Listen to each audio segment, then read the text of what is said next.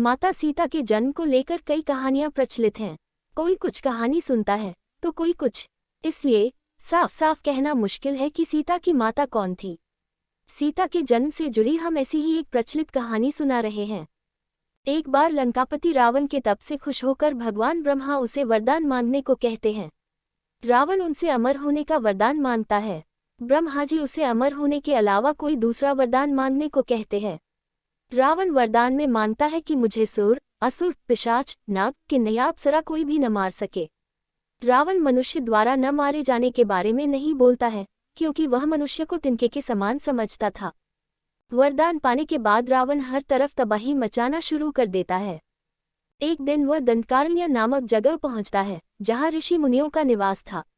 रावण को ऋषि मुनियों को मारना उचित नहीं लगा, लेकिन वो उन ऋषि मुनियों के रक्त को एक कमंडल में भरकर साथ ले जाता है।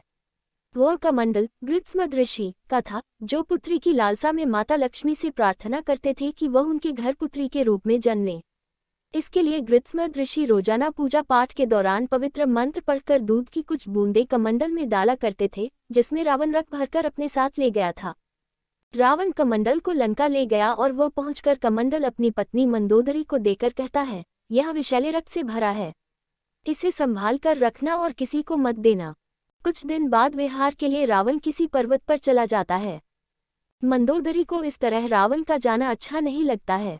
वो मृत्यु प्राप्त करने के लिए कमंडल में भरे विष का पान कर लेती है। कमंडल के रक्त को पीने के कुछ समय बाद मंदोदरी गर्भवती हो जाती है।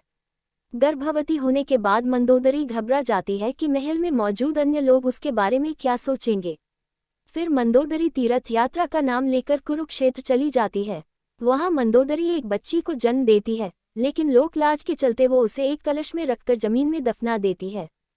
कुछ दिनों बाद राजा जनक भी कुरुक्षेत्र जाते हैं।